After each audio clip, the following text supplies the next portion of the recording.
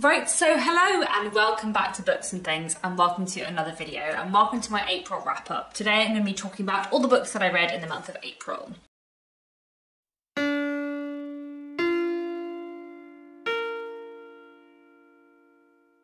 So I read 14 books in the month of April, which I'm going to be telling you about today. This video is coming quite late into May because I went away on holiday at the end of April and I just didn't manage to get sorted with my April wrap-up before I went. So the videos over the last few weeks have been pre-filmed and I feel slightly out of practice of filming. But I'm back from holiday now and had a really great time, and I want to tell you about the books that I read in April. So let's get straight into them, and I will start off as always with the classics. So in April, one book that I read was Barnaby Rudge by Charles Dickens.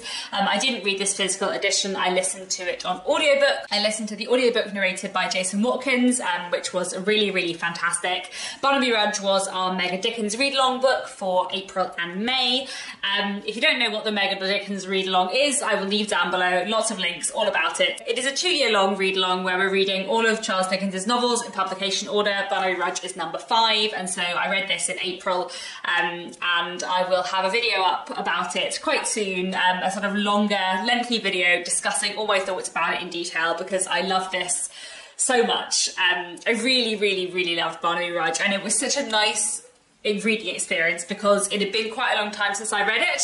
I'd read Barnaby Rudge twice before, once when I was about 14, 15, and once when I was, I think, 22. So it's been like 8 years since I last read Barnaby Rudge, and I had forgotten nearly everything. I remembered like 2 plot points and everything else had basically gone from my head, which means it was like reading a Dickens novel for the first time almost again, which was just delightful. This was the Dickens book I knew the least, and I just absolutely loved this reread. I thought it was so fantastic. So Barnaby Rudge is one of Dickens's historical novels. It's not set in the Victorian period, it's set in the late 18th century, and the subtitle of Barnaby Rudge in fact is A Tale of the Riots of '80. So the book is set partly in 1775, and then we skip forward to 1780, and the action in the sort of latter part of the book takes place around the Gordon riots. I won't get into too much of the history of the Gordon riots, but basically these were anti-Catholic riots which were happening in the late 18th century in London. And Barnaby Rudge basically looks at various characters, both Catholic and Protestant characters, who get caught up in these riots for various reasons. The book is very much an ensemble novel, although it is called Barnaby Rudge is not really the main character. And interestingly, Dickens's first idea of the book, he was going to call it Gabriel Varden. He was going to name it after one of the other characters, which I find really interesting. But anyway, it's very much an ensemble book with a lot of characters. In the first half of the novel, the characters are sort of linked together by this public house called the Maypole, but in the second half of the novel they're very much linked together by the riots and everything that happens.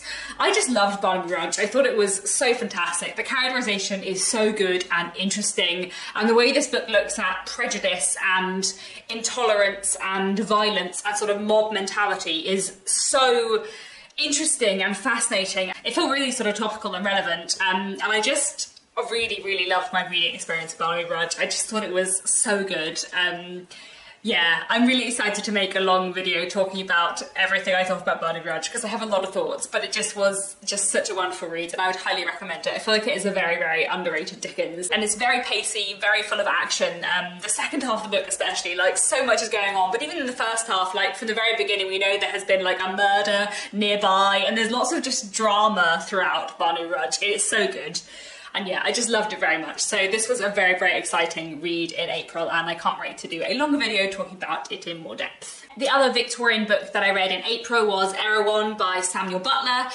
This is a Victorian book that I have been meaning to read for ages, and was very interesting. I can't really decide whether or not I liked it, but it was certainly a really fascinating read. So Erawan was a book that was published in the 1870s, and it tells the story of a man who travelling in a different part of the British Empire, an unnamed part of the British Empire, though by all accounts it seems to be New Zealand. While travelling in this place, our narrator stumbles across this hidden civilization that no one has encountered before. This country called Erawan, where society is quite different and people think quite differently. And basically Samuel Butler is using this fictional place of Erawan to kind of satirise Victorian society and comment on certain things about Victorian society. The book it reminds me most of is Gulliver's Travels.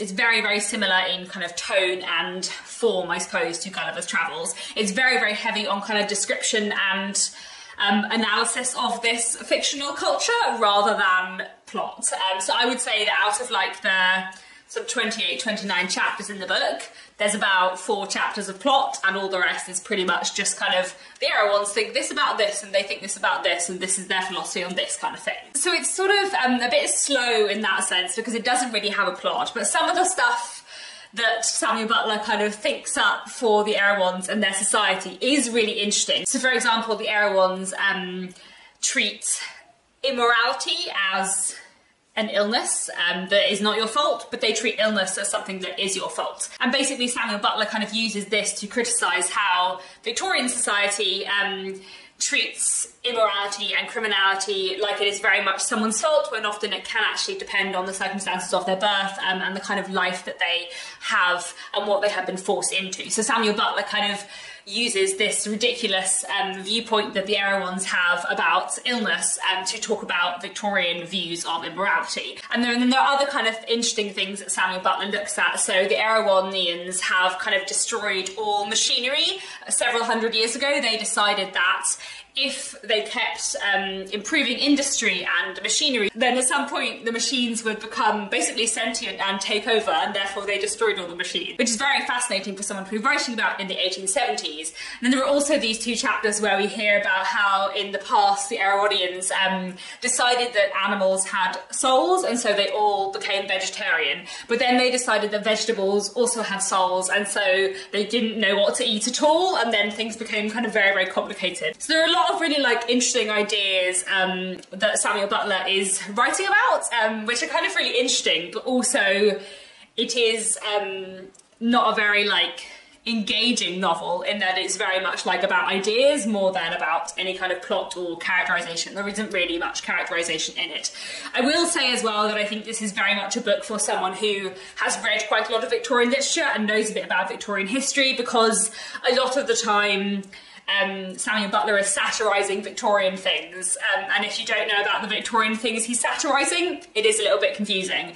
So for example, he goes on for ages about these musical banks where people like go, but the currency they take out they don't really use, but like to work in a musical bank is considered a respectable profession. And basically it's a commentary on sort of Victorian church politics, but unless you know a bit about Victorian church politics, you probably wouldn't realise that. So there's a few things like that where I feel like it's a book that you'll get more out of knowing more about Victorian literature. And also I do think it is a book to be read with quite a bit of context. It's very like colonial and imperial, I suppose, in many ways. And because there's quite a lot of satire in it, and reading it from the future, as Samuel Butler is concerned, sometimes it's hard to tell when he is satirising something or when he's being serious. So yeah, I feel like this is a very interesting book to read for someone who's very interested in the Victorians, but not necessarily one I would recommend unless you are really, really interested in kind of Victorian history and culture, I suppose. But there we go. I'm glad I finally read it because, yeah, it was very, very interesting. I'm not sure if I liked it or not. Then in April, I also listened to Ghost Stories Volume 1 by M.R. James, and this was something me and Nick listened to together on audiobook. We listened to Volume 2 a few months ago, so we decided to listen to Volume 1 in April,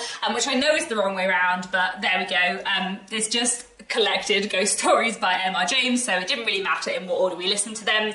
I don't think I had too much to say about this collection of ghost stories, more than I had to say about Volume 2. I'm quite enjoying listening to M.R. James's ghost stories, but I'm not kind of getting anything like massive out of them. Like, I feel like they're all quite interesting, and I feel like the way he structures stories is quite interesting because it's sort of a little bit rambling, but I kind of like it, but also I'm not really sure that I have too much to say about it. So I quite like M.R. James's ghost stories. I don't find them scary in any way, but I do find them sort of enjoyable to listen to. So I'm not sure whether I will listen to or read anymore. Probably not. But I have been meaning to read something about M.R. James for ages, so it has been nice to listen to some of his ghost stories. Then I also read a Japanese classic in April, and that was In Praise of Shadows by Junichiro Tanizaki, which I really, really enjoyed. So this is a non-fiction work by Tanizaki from the 1930s, which is basically a kind of essay, a literary essay about Japanese culture and Western culture, and sort of the things he prizes in Japanese culture that he feels are being eroded by Western culture. So the title is called In Praise of Shadows because Tanizaki kind of talks about how he thinks Japanese culture like values shadows, and Western culture just wants to like fill everything with electric lights and like make everything too bright. I really like Tanizaki. I've read quite a few of his novels before, and actually his novel Some Prefer Nettles looks at a lot of very, very similar themes to this book in a fictional way. So it's really interesting to read his kind of non-fiction thoughts on culture. And within this he talks about quite a lot of things. So he talks about like architecture and cookery and lighting and theatre and just lots of different things. And actually it was really lovely to read in April because the place I went on holiday at the end of April and the first half of May was Japan, and I've wanted to go to Japan for ages and ages and ages, and so it was really nice to read this like interesting essay from the 1930s about Japanese culture then, before going to Japan and kind of like going to lots of like historical places and stuff. So that was really interesting. And yeah, I also really, really love this very beautiful edition. So it's got like really lovely illustrations throughout, which are really, really nicely done. But the other thing that I really like in it is that it goes from like light to dark. So like the beginning of the book is black writing on white pages, and then by the end of the book we're like on dark pages with white writing, like the sun has set, which I thought with like the title and the concept of the book was just really great. So highly recommend In Praise of Shadows, and definitely this edition is really, really lovely. I'll link it down below in the description. I meant to say as well, this edition is translated by Thomas J. Harper and Edward G. Seitzenstecker. Moving from classic to contemporary, but sticking with Japanese literature, something else I read in April was Diary of a Void by Emi Yagi, translated from the Japanese by David Boyd and Lucy North. This was a really great novel that I really enjoyed and found really interesting. This book is following a woman who lives in Tokyo. She works in an office. She's not super happy. She's a bit lonely. And in her office, she is the only woman who works in the department, which means all of her male colleagues rely on her to do all of the kind of domestic stuff around the office. So she is always the one who cleans up after meetings, who cleans the kitchens, and she is fed up with it. So one day when someone asks her to clean up coffee cups after a meeting, she says no, she can't because of her morning sickness, because she's pregnant. Except she's not pregnant, she's just lied. And the book then follows the kind of 9 months of her lie as she pretends that she is pregnant to her colleagues. But over the course of the 9 months, things start to get slightly stranger. I really liked this book. It had a lot of really interesting social commentary in it that I really liked. I feel like lately there have been quite a lot of books translated from Japanese into English about like lonely women in their late 20s, early 30s living in Japan, unhappy with society, who kind of like feel pressure to get married and have kids, but if they don't want to do that, they feel like there isn't like a social structure for them. I feel like I've read quite a lot of books lately that fit into that. Diary of a Void being one of them, also All the Lovers in the Night by Meiko Kawakami, Convenience Store Woman by Sayaka Murata. I feel like there are some other books I've read as well which kind of fit into that. And there's something about that like lonely woman in Tokyo, unhappy with the world trope that I just really, really enjoy and get out of. So yeah, I really enjoyed Diary of a Void, and yes, definitely one I'd recommend. Let's move on to some historical fiction. In April I read The Illusions by Liz Hyder, which was really, really fantastic and I absolutely loved. So this is definitely a big recommendation from me. So this is a proof copy here. This one is coming out in June, and this book is set in Victorian Bristol in the late 19th century, in 1896, and it follows various characters who are kind of linked together by magic and illusion. We're following a young girl who is a little bit of a con artist, who might have a little bit of a touch of real magic about her. We're following a couple of magicians, stage magicians, who put on illusions and shows, and we're following a young woman who is kind of pioneering early film techniques. And basically all of these characters are drawn together by various circumstances and end up coming together to put on this kind of great magic show. And it's just an utter delight. I love the way Liz Hyder writes a lot. I highly recommend her first adult novel, The Gifts, as well. Her books are just so fantastic and rich and fun and just like utterly enjoyable. Like such a fun ride. And one of the things that I really value about Liz Hyder's books as well is that I feel like she's very, very fantastic at the kind of love story subplot. Like I feel like it's rare for me that a writer can write a fantastic historical novel with like amazing historical detail, really like pacey, dramatic, interesting things happening with, you know, tense mystery or whatever, but also have a love story subplot that gives me like all the satisfaction of a really good rom-com. But Liz Hyder can do that, and yeah, The Illusions is fantastic. I highly recommend it. Just an utter delight, and yeah, such a wonderful read. You should all be very excited for this when it comes out in June. The next 3 works of historical fiction I want to talk about are all on the Walter Scott Prize longlist, so I've read them as part of my reading along with the Walter Scott Prize for historical fiction. So the first 2 I've already spoken about in another video. I won't go on about them for too long here, and the last one I will speak about in a separate video quite soon as well. So I'll try to cover these 3 off fairly briefly. So one of them is The Secret Diaries of Charles Ignatius Sancho by Patterson Joseph. This is a fantastic work of historical fiction which is a fictionalised account of the life of Charles Ignatius Sancho. Charles Ignatius Sancho was a real man who lived in the Georgian period. He was important in the movement to abolish slavery, and he was also the first black British person to vote in Britain. I've always found his life quite interesting, and I really, really enjoyed reading this novelisation of his life. This book is really well written and really engaging. It tells the story of Charles Ignatius Sancho's life through diary entries, through letters, through him looking back in his later life on his childhood and youth. It's very much set up in like the style of a 19th century buildings romance.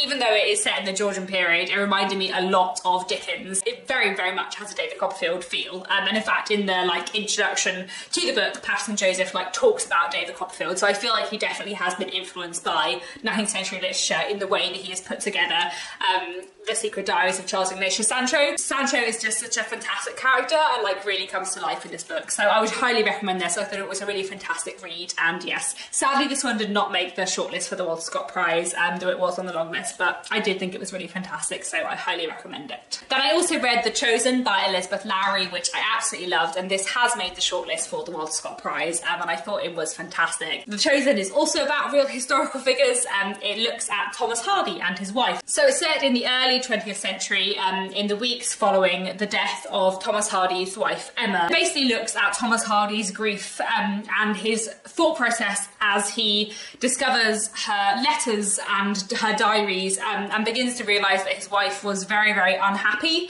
in a way that he hadn't really noticed or hadn't really cared about before. I absolutely loved The Chosen. I just thought it was truly, truly fantastic and so moving and so powerful. I feel like it's one of those books which was slightly just written for me and which I was always going to love. As well as loving Thomas Hardy as a novelist, I love his poetry, and my favourite poems by him, my favourite poems probably ever, are the poems of 1912 to 1913 cycle, which he wrote after the death of his wife Emma, about his guilt about their marriage basically, and The Chosen is basically a fictionalised account of how those poems came into being and takes a lot of inspiration from those poems. So I sort of loved it for that, but I also thought it was fantastically written and the characterisation was amazing and the look at grief was fantastic. I feel like it would have been so easy to write this book and make Hardy just not a nice person, but I feel like it made him so flawed and human in like a fantastic way. So yeah, I highly recommend The Chosen. I thought it was fantastic, and yeah, such a wonderful read. And then the other book I read for the Walter Scott Prize, which I read on my Kindle, was These Days by Lucy Caldwell. I'll be talking about this probably in my next video with a couple of books on the Walter Scott Prize shortlist that I read in May. These Days is set in the Second World War, in the Blitz, in Belfast, and we're chiefly following a family and the 2 sisters within this family and their kind of experiences during the Blitz as their kind of lives are beginning, but also the world is kind of collapsing around them. One of them has just embarked on a very new relationship with another woman. One of them has just got engaged, but is feeling a little bit uncertain. And meanwhile, the city is being bombed and chaos is happening around them. There was so much that I loved about These Days. I feel like the characterization was so good, and it was really, really moving and powerful. And I also thought that like the little vignettes we got about other characters apart from the 2 sisters were really, really interesting as well. I feel like all of the characterization was really, really great. It was really interesting to read something about the Blitz in Belfast because I feel like I know quite a lot about the Blitz in London and not that much about the Blitz elsewhere. Definitely one to read if you're interested in reading about a slightly different bit of World War II, I suppose, and yeah, I'd highly recommend These Days. Then I also read a work of urban fantasy in April, and that was Her Majesty's Royal Coven by Juno Dawson. I've been meaning to read Her Majesty's Royal Coven for ages, and in April there was a readathon Transgirl April going on, so that kind of prompted me to finally pick up Her Majesty's Royal Coven. The idea behind Her Majesty's Royal Coven is that some people are witches and some people are warlocks, some people have magical powers, and within the UK government there is a governmental department of witches, which is Her Majesty's Royal Coven, or HMRC. If you don't live in the UK, you will probably not know that HMRC is like the tax branch of the government, and so the fact that the Witches Coven is called HMRC is actually really funny, but I feel like that's less funny if you're not in the UK. But anyway, the novel follows 4 characters, 4 witches, all of whom have at some point or other been involved in HMRC. One of them is now the kind of like leader of the coven, but the other 3 have sort of distanced themselves a little bit from the coven, especially after sort of a decade before there was a big civil war amongst the magical community when one section of the magical community thought that they ought to kind of rule over the non-magical community, and that was eventually crushed, but kind of that war is always kind of in the background, and everything kind of kicks off in the book when a teenager is found who seems to have very, very strong magical powers, and may or may not be the child mentioned in some great prophecy, and everything kind of goes on from there. There was a lot that I really, really loved about Her Majesty's Royal Coven. I thought it was really well written and engaging, and the characterization I thought was really, really good. I also really, really loved the world building. Like, I feel like my favourite thing is the world building, so I'm looking forward to like reading on with the rest of the series and seeing what else happens with the world building. The idea of this sort of government department of witches, which comes with everything a government department would come with, you know, bureaucracy and corruption and kind of systemic prejudice. I feel like it took a lot of like urban fantasy tropes and looked at them in a kind of complicated and believable way. I felt like the world building really felt like a sort of grown-up Harry Potter, and it does feel like the book is written kind of as a response to Harry Potter, or kind of like as a book for, you know, people like me and people of my generation who, you know, loved the Harry Potter books growing up, and these days are really disappointed by J.K. Rowling's views. So Her Majesty's Royal Coven does look at like transphobia within this community. You know, this is a magical world which is separated into warlocks and witches, and like who is allowed to be a witch within the system is sort of like something that is very much key to this novel. I'm really, really interested to see where the series goes and what happens in the next book, especially as there are a few like twists and turns towards the end that I didn't expect at all. So I'm very interested to know what will happen in the next book. But yeah, I really enjoyed Her Majesty's Royal Coven, and it was really nice to read more fantasy because I really, really enjoy fantasy whenever I read it, but I don't read it very much. So it reminded me that I just need to read more fantasy in my life. I also read a play in April, and that is What I Learned from Johnny Bevin by Luke Wright. I say a play, this is a play in verse. So this play is a monologue, which is basically this man looking back on his university days and his friendship with someone called Johnny Bevin around the time that Tony Blair was kind of coming into power, and their sort of excitement as young people for the changing stakes of politics, and then sort of what's happened since then. I thought it was just fantastic, and yeah, really, really powerful, really kind of insightful and interesting. I feel like it probably is one that you'll enjoy more if you're from the UK or interested in UK politics, but I really thought it was fantastic. I ended up reading this because I went to see Luke Wright perform another one of his verse plays live a few months ago. That one was The Remains of Logan Dankworth, which was fantastic too. I can't really decide which I like more, especially because it's kind of hard to tell when I saw one live and read one, but they're both fantastic. I really, really like Luke Wright, and I'm really excited to read more by him in the future. And then I also read 2 other poetry books this month. One was this is Napoleons Travelling Bookshelf by Sarah Heskett, which I really enjoyed. There are a lot of fantastic poems in here with kind of really interesting imagery and ideas. I think my favourite couple were probably The Boy Who Read Homer to His Cat, Green Song, and also The Ravensbrück Seamstress. I thought there was just some fantastic poems in here, and it's definitely a collection I would recommend. And then I also read this, and this is On Hunger, a poetrygram anthology edited by Helen Cox.